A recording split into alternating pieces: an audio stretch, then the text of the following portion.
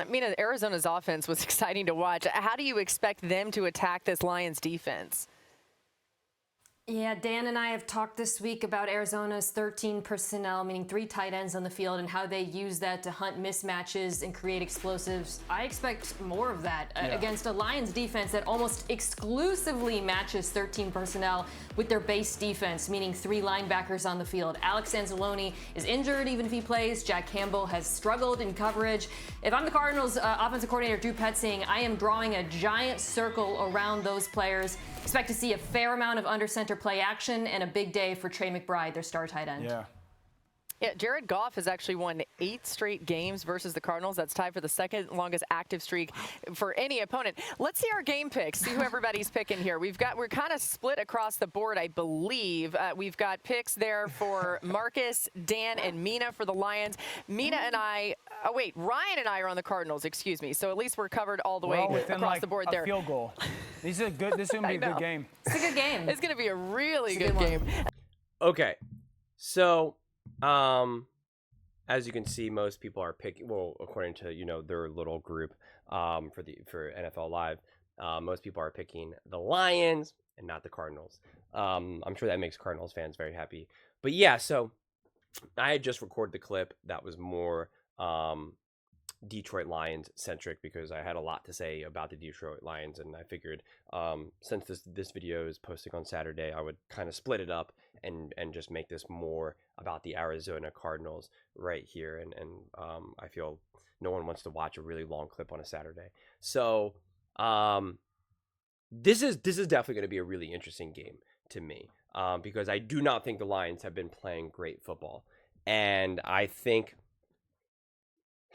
if the Cardinals are as good as they hope to be, as they think they can be, you need to be able to take advantage of a team that's not playing their best football. Now, of course, on the flip side, the Lions haven't been playing their best football, so they have this level of urgency. They're definitely all hands on deck, and they're like, we got to get going here. We got to fix some stuff.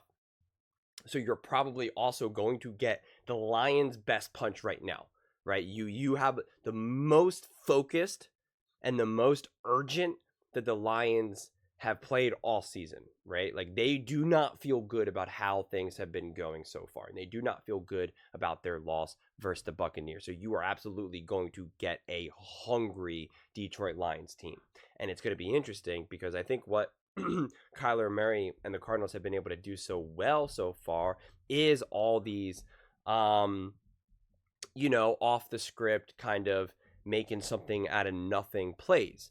I want to be able to see Kyler Murray be able to do the more, by the book and continue to pick apart teams in a more traditional sense, as well as doing, of course, the off-script stuff.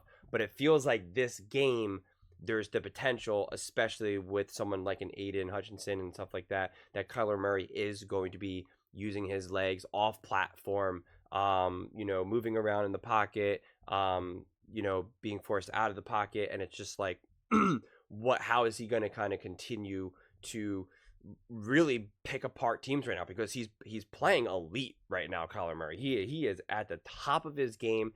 He's in his prime, right? Like, this is his age. Like, he is in his prime, right? Like, as long as he's fully healthy, this is prime Kyler Murray. It probably can't get much better than what he is right now, outside of you giving him some extra weapons or like a better offensive coach, an offensive coach, whether a coordinator or head coach. So like, we're seeing what Kyler Murray can truly do. He is in his true prime, and this is like an exciting game right now because I think, and this is really what I'm saying about majority of my week 3 games right now, is I just want to keep seeing these teams prove that they belong, right? It's not about winning and losing. Of course you want to win, of course, but we're still early enough in the season where you can drop a game like this, but just continue to prove to me that you belong. If the Lions come out and they're hungry and they're playing like the NFC Championship Lions and they just really dominate the game, it doesn't even need to be like they're dominating the score, but they just clearly are in control throughout the whole game,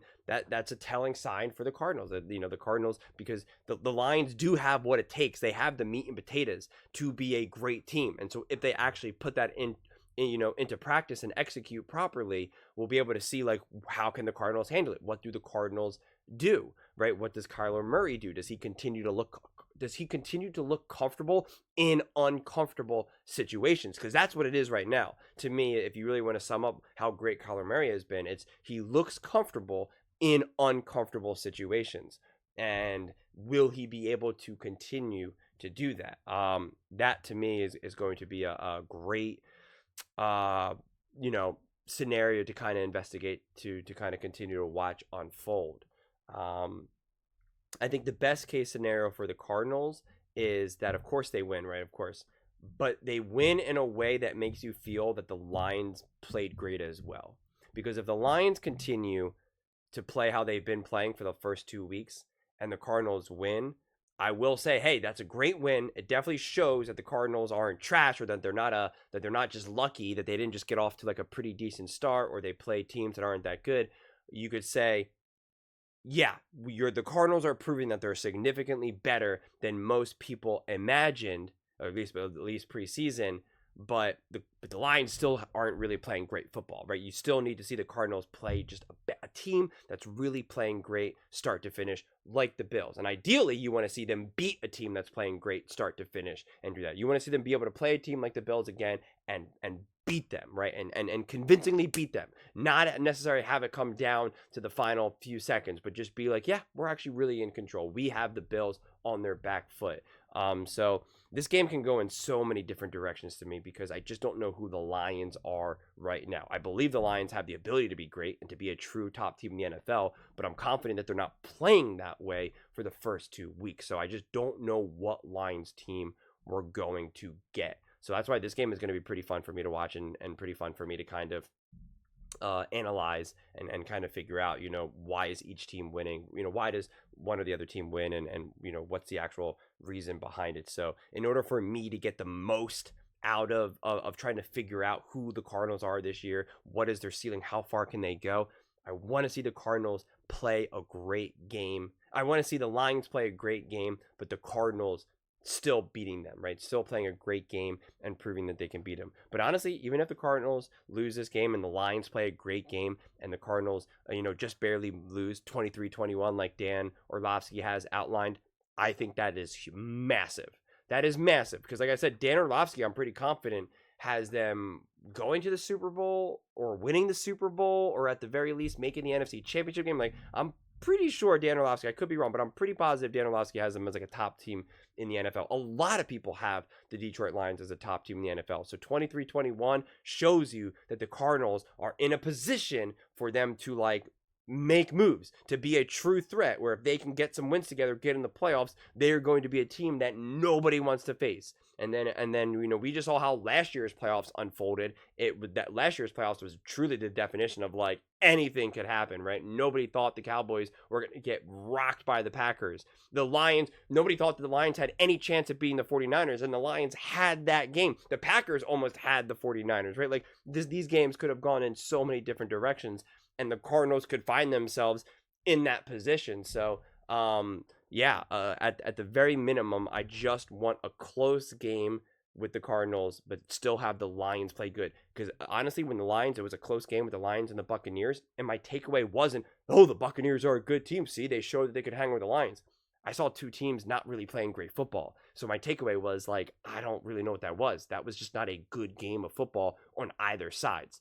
I'm confident we won't get that. Of course, it's definitely possible. Every team is going to just look bad at some point throughout the season. But the Cardinals just have so much momentum. They have to be feeling themselves. And hopefully that is done in a controlled way, like I always like to say, controlled chaos, right? I think Kyler Murray, especially, as I said kind of before, where he's comfortable in uncomfortable situations, and it can be like a controlled chaos if he can continue to ride high, because sometimes it is hard. Sometimes you really do start to get lost in your own greatness. When you do what you did against the Rams, you really do start to think like, I'm unstoppable, and it can be a problem. I mean, and it happens in all aspects of our life. Like it's not just football. It's not just sports. There's plenty of times in my life if I'm getting a lot of compliments or just feeling really good about myself, I'm like, yeah, man, I can't do no wrong. Everything's great. And then it's like, oh yeah, I forgot I'm an actual human being. And so I want to see the Cardinals be able to, especially Kyler Murray more than anything,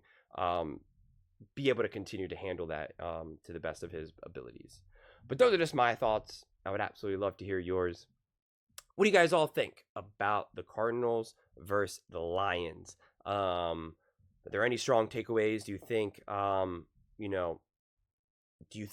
really the big question that I want to ask is, do you think the Cardinals can still lose this game, but still prove to be a great, legit team this season?